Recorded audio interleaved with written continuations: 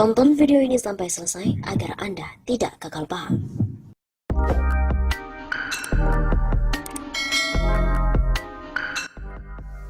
Akibat percaya survei pencitraan, pemerintah telah merugikan negara mencapai 1.500 triliun rupiah. Kok bisa?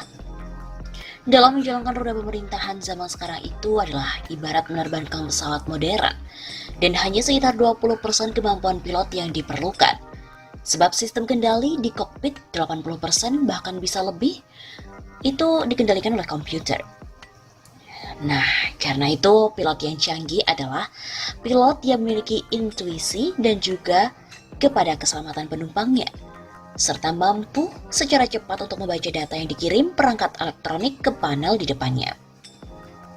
Misalkan saja, 2.000 atau 3.000 meter di depan ada gumpalan awan yang bisa membuat pesawat mengalami turbulensi. Tentu pilot wajib menghindarinya.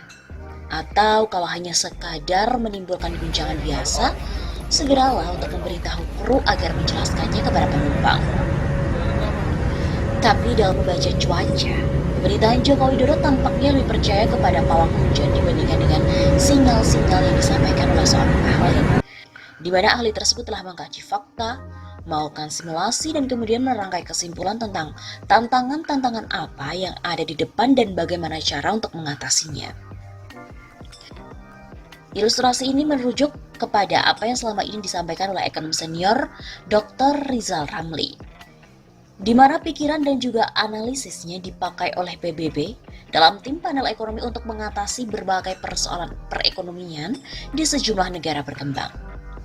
Alih-alih mendengar dan mengikuti analisis serta saran-sarannya, mereka malah menyewa lembaga survei persepsi publik untuk membuat semuanya itu seolah baik-baik saja. Persentase kepuasan dan kepercayaan publik oleh lembaga survei pesanan itu kemudian dibuat terus naik. Ini dia intinya.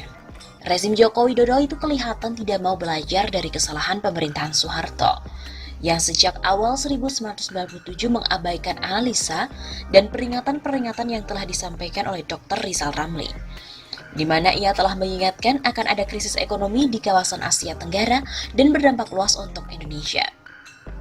Seperti juga Joko Widodo sekarang, Soeharto melalui konsultan ekonominya, IMF dan juga Bank Dunia waktu itu, mengatakan ekonomi Indonesia itu baik-baik saja.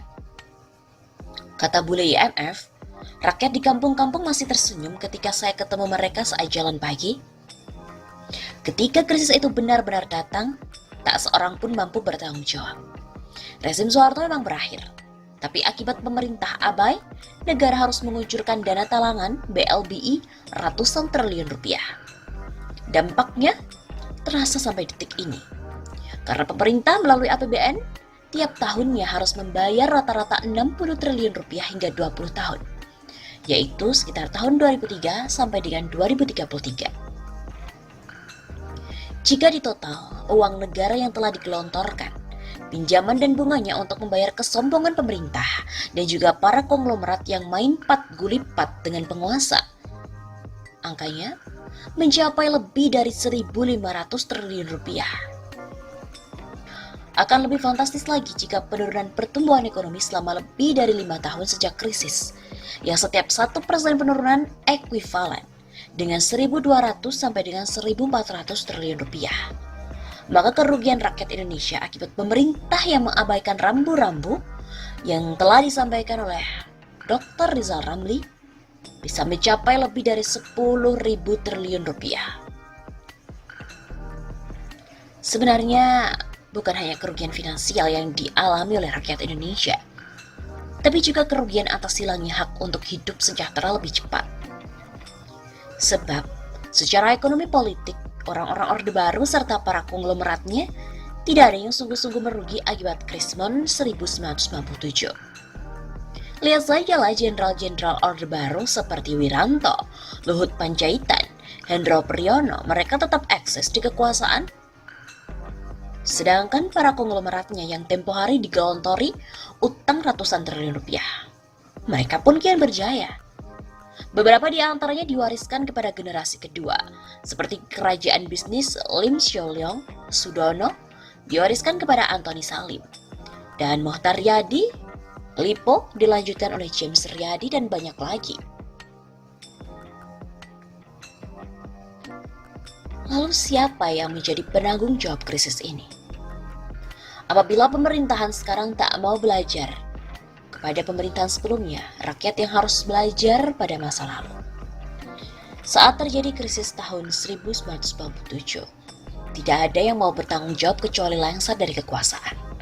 Tapi dengan uang yang masih banyak di tangan, mereka bisa membeli kekuasaan atau partai politik, di mana pada gilirannya dipakai untuk mencuci uang kembali yang lebih banyak.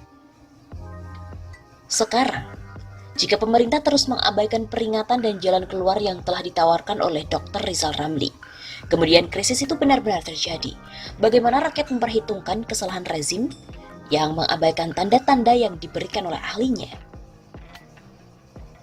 Kita tahu, Dr. Rizal Ramli dan tim ekonominya itu bukan peramal yang mengandalkan intuisi indera keenam ataupun mantra-mantra.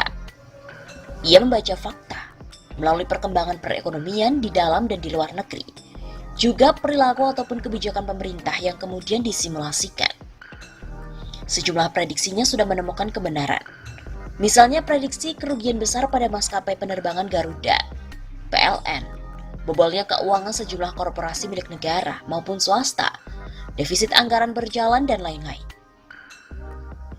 Dan yang terbaru, utang gila-gilaan dengan tingkat bunga jor-joran dalam beberapa saat ke depan tentu akan menciptakan gumpalan awan pekat raksasa yang bisa menimbulkan turbulensi hebat, di mana guncangannya bisa berakibat politik yang sulit dibayangkan. Mengingat bantalan ekonomi sekarang benar-benar bagaikan balon-balon yang mudah pecah. Sebagai perbandingan, pada tahun 1997, bantalan ekonomi nasional seperti UKM, pertanian, perkebunan, dan komoditas lainnya masih cukup kuat. Bahkan juga meningkat karena memperoleh tambahan nilai melalui ekspor yang dibayar dengan US dollar. Belum lagi kondisi sosial politik hari ini yang penuh dengan intrik, pameran kebencian antar etnis dan antar agama, serta antar kelompok politik pemilu yang menjijikkan. Semua ini akan membuat guncangan terasa lebih dahsyat. Dan harus ada kekuatan yang nyata untuk melakukan langkah-langkah politik agar bangsa kita ini terhindar dari turbulensi yang menggiriskan itu. Dr. Rizal Ramli pernah memprediksi bahwa ekonomi Indonesia ini semakin nyungsep. Apa sih alasannya ia mengatakan hal itu? Mantan Menko Bidang Kemaritiman dan Investasi, Dr. Rizal Ramli mengatakan bahwa ekonomi Indonesia di tahun 2019 menuju 2020 semakin nyungsep atau merosot. Ekonom senior tersebut memprediksi bahwa ekonomi Indonesia sepanjang tahun 2019 kemarin hanya tumbuh sebesar 4,5% dan jauh dari target pemerintah yakni sebesar 5,2%. Pemerintah mengatakan awal tahun pertumbuhan Indonesia mencapai 5,2%, tapi data terakhir malah sudah 5%. Dan mungkin dugaan akan anjlok terus. Begitu kata Dr. Rizal Ramli. Menurutnya kebijakan-kebijakan ekonomi yang diambil oleh pemerintahan saat ini malah tidak mendukung pertumbuhan. Seperti halnya dengan rencana teks amnesti kedua yang menguntungkan sebagian orang dan langkah penghematan yang menurutnya akan menyengsarakan rakyat kecil. Ia juga mengatakan seharusnya saat pertumbuhan ekonomi itu melambat, pemerintah terlebih dahulu melakukan stimulus untuk meningkatkan ekonomi, baru kemudian mengejar pajak. Rizal juga menyampaikan seharusnya pemerintah itu tidak mempertahankan cara-cara lama dan harus mengganti target, tapi mengubah cara untuk mengatasi krisis.